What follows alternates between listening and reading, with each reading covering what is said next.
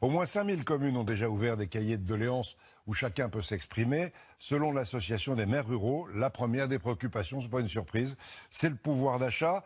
On va le voir aujourd'hui dans 2 communes des Côtes-d'Armor où vous allez le voir, la mobilisation est très différente de l'une à l'autre. À Trégastel et Lannion, William Rouzet et Julien Déniel. Ils font valoir leurs opinions.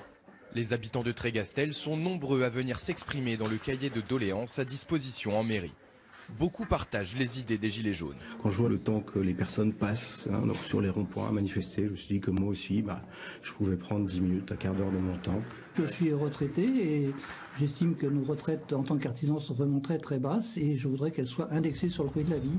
Cette petite commune de bord de mer compte 2500 habitants, dont une majorité de retraités, et semblait loin des revendications sociales des Gilets jaunes. Bonjour mesdames. Pourtant, les pages se noircissent plus vite que prévu. Il n'y a plus de place du tout.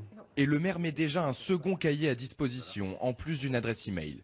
Il ne s'attendait pas à un tel engouement. Vous avez sur le RIC, sur la transition écologique, sur des situations familiales. Ça m'a surpris dans le contexte, si vous voulez, que l'on vit sur Trégastel, où la moyenne de revenus est quand même supérieure à la moyenne nationale. Ce sont souvent des gens d'ailleurs qui ne manifestent pas sur les ronds-points.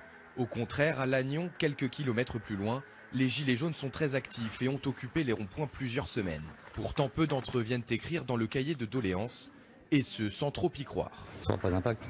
C'est comme le débat national. Il n'y aura aucun impact avec ça. Ça sert à rien, mais il faut venir écrire un petit truc, et puis on verra bien jusqu'où ça ira, de toute façon.